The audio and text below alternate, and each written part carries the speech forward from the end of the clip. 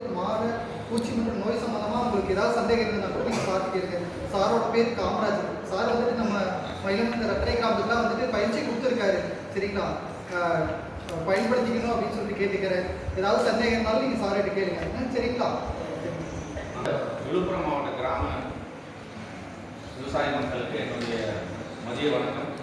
உங்களுக்கு சின்னதாக ஒரு பாடம் என்னன்னா, மா பெரும்பாலும் பயிராக நான் பார்த்துருக்கேன். பைக்கில் தான் வரும்பொழுது ரட்டனை ரோடோரங்கள் எல்லாமே. அப்போது மாவில் ஒருங்கிணைந்த பூச்சி மேலாண்மை, அதான் இன்டகிரேட்டட் பெஸ்ட் மேனேஜ்மெண்ட் சொல்கிறாங்க ஆங்கிலத்தில். ஸோ தமிழில் ஒருங்கிணைந்த பூச்சி மேலாண்மை எப்படி பண்ணலாம், அதனால் கொஞ்சம் செலவினங்களை எப்படி குறைக்கலாம். செலவினங்களுக்கு முக்கியமாக இந்த ரசாயன பூச்சிக்கொல்லிகளை வாங்குறதை எப்படி குறைக்கலாம். இந்த ரசாயன பூச்சிக்கொல்லிகள் வாங்குறத குறைச்சாலும் செலவினங்கள் கண்டிப்பாக குறையும். ஏன்னா ரசாயன பூச்சிக்கொல்லிகள் அதிகமாக இருந்ததுன்னா ஃப்ரூட்ஸ் எக்ஸ்போர்ட் ஆகிறது கூட தடைபடுது இல்லைங்களா? அதனால் அதை பற்றி கொஞ்சம் பார்ப்போம்.